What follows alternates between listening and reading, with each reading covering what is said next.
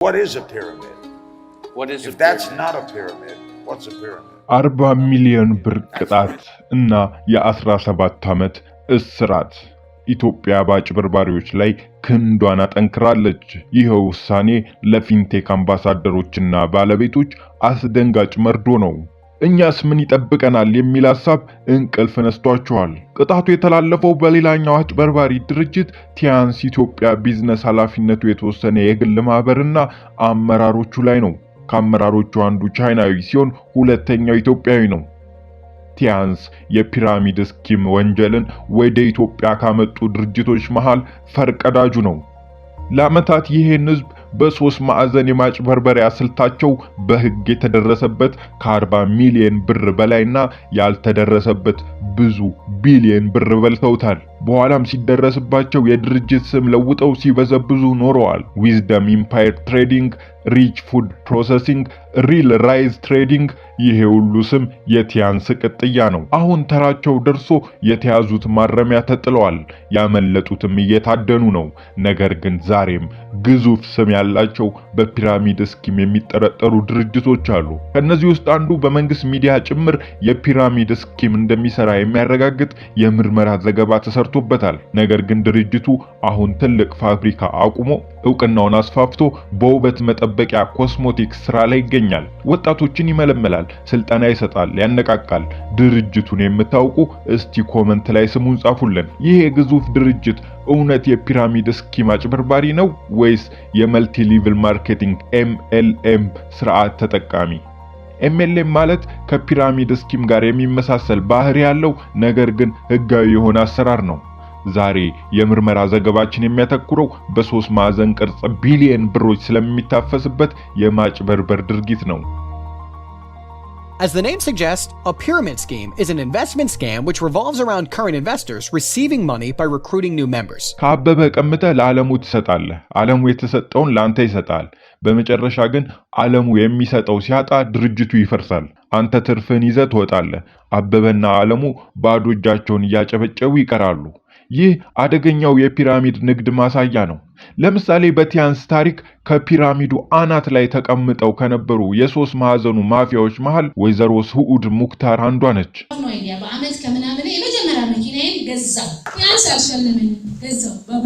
ግለሰቧ በፒራሚድ ንግድ ከፍተኛ የክብር ማዕረግ አግኝታለች። በስሯ 120 ሺህ ሰዎችን ስትመለምል በእነርሱ አማካኝነት የወር ገቢዋ 1.2 ሚሊዮን ብር ደርሶ ነበር።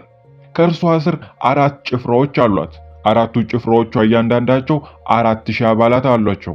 እነዚህ አባላት እያንዳንዳቸው በወር 400 ሺህ ብር ያገኛሉ። ከነርሱ ታች ያሉ ብዙሃን አባላት ግን በተስፋ ብቻ የሚኖሩ የሚታለቡ ላሞች ናቸው።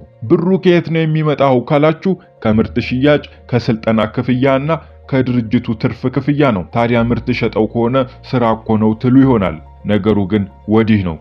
ምርቱን የሚገዙት ከስር ያሉ አባላት ናቸው። አባላቱ ለአባልነት ይከፍላሉ። ምርቱን ለመግዛትና አባል ለመሆን የከፈሉት ገንዘብ የሚገባው በነ ወይዘሮ ስዑድ ሙክታር ኪስ ነው። ስለዚህ እነርሱ በተስፋ ተሞልተው የማይሸጥ ምርት ታቅፈው አባል ካመጣችሁ ታተርፋላችሁ ተብለው ሌላ የሚታለብ ላም እየመለመሉ ከላይ ያሉ መልማዮቻቸውን እየቀለቡ ይቀራሉ ማለት ነው። ምን ያህል ያተርፋል የሚለውን ለመረዳት የቲያንስን ትርፍ ባጭሩ እንዲናስለው 120 ሺህ አባላት አሉት። ከእያንዳንዱ አባል ለመታወቂያ 600 ብር ይሰበስባል። 72 ሚሊዮን ብር ማለት ነው። መታወቂያ ከያዙ በኋላ አባላቱ የቲያንስን ምርቶች ይገዛሉ። አንድ አባል እንደው በትንሹ የ10 ሺህ ብር ምርት ቢገዛ ቲያንስ በቀላሉ 1.2 ቢሊዮን ብር አገኘ ማለት ነው። ፓርላማውን ያወዛገበው ቲያንስ ኢትዮጵያ። የህዝብ ተወካዮች ምክር ቤት በኢትዮጵያ የንግድ ስርዓት የፒራሚድ ንግድ ህገወጥ መሆኑ እየታወቀ ንግድ ሚኒስቴር ቲያንስ ኢትዮጵያ ለተባለ ኩባንያ እንዴት የንግድ ፍቃድ ሊሰጥ ቻለ የሚል ጥያቄ አንድ ሰሞን ፓርላማውን አበጣብጦ ነበር። የንግድ ሚኒስትሩ ለዚህ ወሳኝ ጥያቄ መልስ ሲሰጡ ለቲያንስ የተሰጠው ፍቃድ የፒራሚድ ንግድ እንዲያከናውን አልነበረም ብለው ቲያንስ ኢትዮጵያ ንግድ ፍቃድ የወሰደው 3 የምርት አይነቶችን ወደ ሀገር ውስጥ ለማስገባት ነበር ብሏል። ንግድ ሚኒስቴር ለቲያንስ ፍቃድ የሰጠው ሻይ ቅጠልና ዲተርጀንቶችን ለማስመጣት እንዲሁም አልሚ ምግቦችን ለማስገባት እንደሆነ ጠቅሰው ድርጅቱ በሶስተኛው ፍቃድ ሲንቀሳቀስ መቆየቱን አስረድተዋል። ኩባንያው ባገኘው ፍቃድ በሚያደርገው እንቅስቃሴ 2 ጊዜ ጥቆማ ለንግድ ሚኒስቴር ደርሶ ድርጅቱ ታግዶ እንደነበርም ለፓርላማው ገልጸዋል። የመጀመሪያው ጥቆማ በ2006 ዓ.ም መጀመሪያ ላይ ለንግድ ሚኒስቴር የቀረበና የኩባንያው ስራ አስኪያጅ የውጭ ዜጋ መሆኑን የሚያመላክት ነበር። በጥቆማው መሰረት የድርጅቱ ስራ አስኪያጅ ከሀገር እንዲወጣ ተደርጎ እገዳው እንደተነሳ ጠቁመዋል።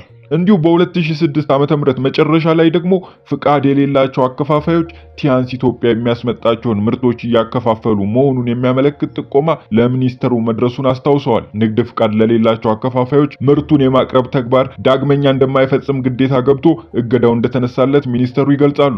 በ2008 ዓ.ም ህዳር ወር ላይ ለንግድ ሚኒስቴር በደረሰ ጥቆማ ሚኒስተሩ ተቆጣጣሪ ቡድኖችን አሰማርቶ ባደረገው ፍተሻ ድርጅቱ በፒራሚድ ንግድ ላይ የሚንቀሳቀስ መሆኑን እንዲሁም በርካታ ዜጎች እያንዳንዳቸው ከ100,000 ብር በላይ መበላታቸውን በተጨማሪም ሌላ የውጭ ዜጋ በስራ አስኪያጅነት ሲሰሩ መገኘታቸውን ጠቅሰዋል። በዚህም የተነሳ ድርጅቱ በአዲስ አበባ የከፈታቸው 11 ማዕከላት ስራ አስኪያጆች ላይ ክስ የተመሰረተ መሆኑን እንዲሁም ለጊዜው በተጠቀሰው የውጭ ዜጋ ላይ ክትትል እየተደረገ መሆኑን ጠቁመው ነበር። የንግድ ሚኒስቴር ለቲያንስ ኢትዮጵያ እንዴት ንግድ ፍቃድ ሊሰጥ ይችላል የሚለው በፓርላማው ከመጠየቁም በላይ በርካቶች እየተነጋገሩበት መሆኑን ገልጸው ንግድ ሚኒስቴር እንዴት ሊከለክል ይችላል ሲሉ ፓርላማውን መልሰው ሚኒስትሩ ጠይቀዋል።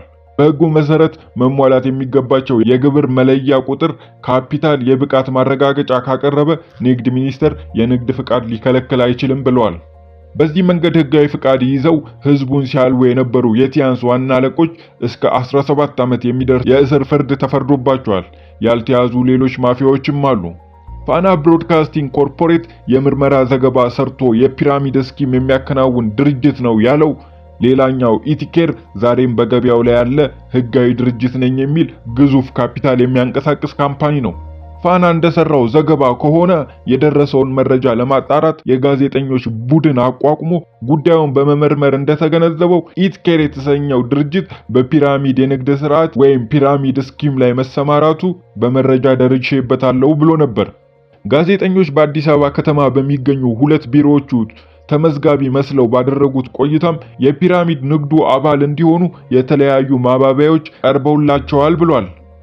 ድርጅቱን ከተቀላቀሉ በቀን 23400 ብር በአንድ አካውንት ብቻ እንደሚያገኙም ተነግሯቸዋል። በኢቲኬር ህግ አንድ ሰው የ3 አካውንት ባለቤት መሆን እንደሚችልና በዚህም በቀን 70200 ብር ድረስ ማግኘት የሚችል ሲሆን ይህም በወር ሲሰላ ከ2.1 ሚሊዮን ብር በላይ ይደርሳል። ጉዳት የደረሰባቸው ባለታሪክ ግን ይህ የፒራሚድ ስኪም በሬ ሆይ ሳሩን አይተ ገደሉን ሳታይ ቁማር ነው ይላሉ። ምርመራውን የቀጠለው የጋዜጠኞች ቡድን አባላትም ቴሌግራምን በመሰሉ ማህበራዊ መገናኛዎች የሚደረጉ ማግባባቶችና መደለያ በሚቀርብባቸው ሁነቶች መሳተፍ ጀምሯል። በዚህም ብር በአቋራጭ የሚገኝበትን መንገድ ይሰብካል። አባላትን አምጡና በትርፍ ተንበሽበሹ የሚሉ ማግባቢያዎች ቀርበው ግንኙነቱ እያደገ መጥቶ በስልክም ማውራት ቀጥሏል። ይህ በፒራሚድ ንግድ ስርዓት የሚሳተፈው ድርጅት በንግድ ፍቃዱ ላይ 500,000 ብር ካፒታል እንዳለው የተገለጸ ሲሆን ነገር ግን በአንደኛው ዓመቱ 20 መኪናዎችን በፒራሚድ ስልቱ ለበረቱ አባላቱ እንደሚሸልም ይገልጽ ነበር። እንዴት ለሚለው ጥያቄ ሁሉንም ገንዘባችን ስላስመዘገብን የሚል ክርክር ያቀርባል። በድርጅቱ ሰነድ የማኔጅመንት ቡድን አባላት ተብሎ ስማቸው የተጠቀሰው 1 ኢትዮጵያዊና 2 የውጭ ዜጎች መሆናቸውንም በተደረገው ማጣራት ማወቅ ተችሏል። ይህ ኢቲኬር የተሰኘ በፒራሚድ ንግድ ላይ የተሰማራ ድርጅት የውበት መጠበቂያና ተጨማሪ ምግቦችን የማምረት ፍቃድ ያለው ሲሆን አባላትን ሲመለምል ይህንን በሌሎች ዘርፎች የተሰጠውን ፍቃድ ማሳያ በማድረግ ነው። ሆኖም የፒራሚድ ንግድ በተከለከለበት አዋጅ እንደተመላከተው ከዚህ ቀደም የነበሩ በፒራሚድ ንግድ የተሰማሩ ድርጅቶች ያደርጉ እንደነበረው የሽያጭ ስርዓቱ ፒራሚድን የተከተለ ነው። አንድ ሰው አባል ይሆናል። የአባል ሌሎች አባላትን ይመለመላል። የተመለመሉት አባላትም እንዲሁ ሌሎችን ያመጣሉ። እናም በዚህ መልኩ የንግድ መረቡ እየተስፋፋ ፒራሚድ ቅርጽ ይዛል። በዚህም ተጠቃሚ የሚሆኑት ከላይ ያሉት ጥቂቶቹ ሲሆኑ አብዛኞቹ ግን ጉዳት ይደርስባቸዋል። ድርጅቱ አባላቱን የሚመድበውም በኮከብ ሲሆን ይህ በፒራሚድ ስኪም ላይ የተሰማራ ድርጅት በርካታ አባላትን በመመልመል ላይ ይገኛል። ከአዲስ አበባ በተጨማሪ በጎንደር፣ ደሴ፣ ሐዋሳና ሌሎች ከተሞችም ቅርንጫፎች መክፈቱን ለመረዳት ተችሏል። ይህ የፋና ዘገባ ሲሆን ኢትኬር የተባለው ድርጅት ግን ዛሬም በተለያዩ የንግድ ዘርፎች ውስጥ የተሰማራ የውበት መጠበቂያ ፋብሪካ የገነባና ሀብታም ትሆናላችሁ በሚል ስልጠና የሚታወቅ ነው። ድርጅቱን እናውቃለን የሚሉ ግን ኢትኬር የሚሰራው ባለ ብዙ ደረጃ ግብይት ወይም መልቲ ሌቭል ማርኬቲንግ እንጂ ፒራሚድ ስኪም አይደለም ብለው ይከራከራሉ። ምንድነው ልዩነታቸው ካላችሁ በቀላል እንዲህ ላስረዳችሁ። በኤምኤልኤም ወይም መልቲ ሌቭል ማርኬቲንግ ውስጥ ድርጅቱ የሚሸጠው ትክክለኛ ምርት ለምሳሌ ሳሙና፣ መዋቢያዎች፣ ቫይታሚኖች አሉት። ሰዎች ምርቱን ስለወደዱት ብቻ ሊገዙት ይችላሉ። አባል የሆኑት ሰዎች ትርፍ የሚያገኙት ምርቱን በመሸጥ ከሚያገኙት ኮሚሽን ነው። በፒራሚድ ውስጥ ግን ምርት የሚባል ነገር የለም፣ ወይም ምርቱ የይምሰል ነው። ትኩረቱ ገንዘብ አምጣና ሌላ ገንዘብ የሚያመጣ ሰው ፈልግ የሚል ነው። አንዳንድ ጊዜ ለሕግ ሽፋን ሲባል መድኃኒትና ቅባት የሚሉ ስሞችን ሊጠቀሙ ይችላሉ። ነገር ግን ዋናው ገቢ የሚመጣው ከአዲስ ሰው ኪስ ነው። አባላትን የመመልመል ግዴታን በሚመለከት በኤምኤልኤም ውስጥ አዳዲስ ሰዎችን መመልመል ወይም ዳውንላይን መፍጠር ትርፍን ሊጨምር ይችላል እንጂ ምርት ለመሸጥ ግዴታ አይደለም። አንድ ሰው ብቻውን ምርት እየሸጠ ትርፋማ ሊሆን ይችላል። በፒራሚድ ውስጥ ግን አዲስ ሰው ካልመለመሉ ትርፍ ማግኘት አይቻልም። ምክንያቱም ገንዘቡ የሚመነጨው ከአዲስ ተመልማዮች እንጂ ከሽያጭ አይደለም። የመግቢያ ክፍያን በተመለከተ በኤምኤልኤም ውስጥ አባል ለመሆን የሚጠየቀው ክፍያ አብዛኛውን ጊዜ አነስተኛ ነው፣ ወይም ደግሞ ለሽያጭ የሚሆኑ ናሙና ምርቶች መግዣ ብቻ ነው። በፒራሚድ ውስጥ ግን ለመመዝገብ ከፍተኛ መጠን ያለው ገንዘብ ኢንቨስትመንት በሚል ስም ይጠየቃል። ይህ ክፍያ በቀጥታ ለላይኞቹ አባላት ይከፋፈላል። የታወቁ የኤምኤልኤም ኩባንያዎች ለበርካታ አስርት ዓመታት በገበያ ላይ ይቆያሉ። የፒራሚድ ኩባንያዎች ግን አዲስ ተመልማይ ሲያልቅ ወይም የሰው ቁጥር ሲሟጠጥ ፒራሚዱ በድንገት ይፈርሳል። አብዛኛውን ጊዜ ከ1 እስከ 3 ዓመት በላይ አይቆዩም። ከነዚህ ዝርዝሮች አንጻር ስንመዝነው ኢትኬር በአባላት ክፍያና በስልጠናው አይነት እንዲሁም በማማለያ ስልቱ የፒራሚድ ስኪምን ባህሪ ሲይዝ፣ በቋሚ አምራችነቱ የመልቲ ሌቭል ማርኬቲንግ ባህሪ አለው። በተለይ ግራ ለሚጋቡና በእነዚህ ንግዶች ስለሚጭበረበሩ ሰዎች ፒራሚድ ንግድን እንዴት መለየት ይቻላል የሚለውን ባጭሩ ተመልክተን የዛሬን እንቋጭ። 1. ሰው አምጣ የሚል ግፊት ከበዛ የድርጅቱ ዋናው ትኩረት ምርት መሸጥ ሳይሆን አዳዲስ ሰዎችን ማስገባት ከሆነ፣ 2.